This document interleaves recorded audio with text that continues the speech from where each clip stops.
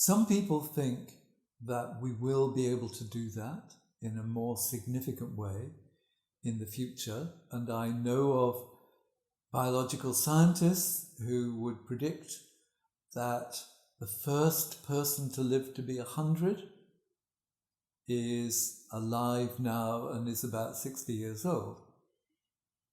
Most of us don't subscribe to that view, but that would suggest that you can overcome the challenges of physical aging and bypass them or correct them, but we don't have that capability yet.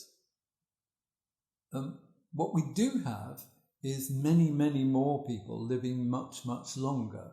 So the expectation of life in the developed world has been increasing for 3 months a year for the last 150 years. Now this is an average, of course. Now, is that a challenge to aging? No, it's actually dealing with premature death. So far, no human beings have lived beyond 120. In fact, as far as we know, nobody has yet lived that old. There have always been some people who live to be old, and the averages are brought down by the people who die much earlier.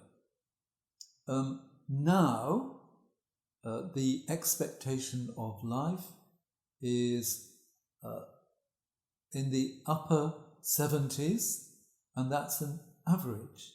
The number of centenarians is far greater than ever in human history. So, in a sense, we are delaying aging, but we're not reversing it. What we can do, however, is to make later life more interesting so that people live more in the life that they've got. And that's something that we as a society need to do a lot more of.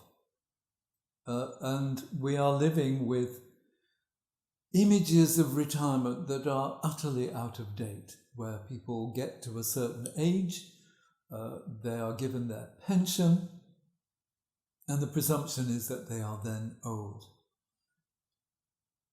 But actually, the majority of people who retire from their occupations and take a pension, if they've got one, will live for another 20 to 30 years. So we have got a lot of rethinking to do about the period that we call retirement. And we can put life back into those years and make it more engaging, more socially meaningful, and psychologically more pleasurable. That's not reversing aging. It is really just bringing back the life that's still there and giving it purpose.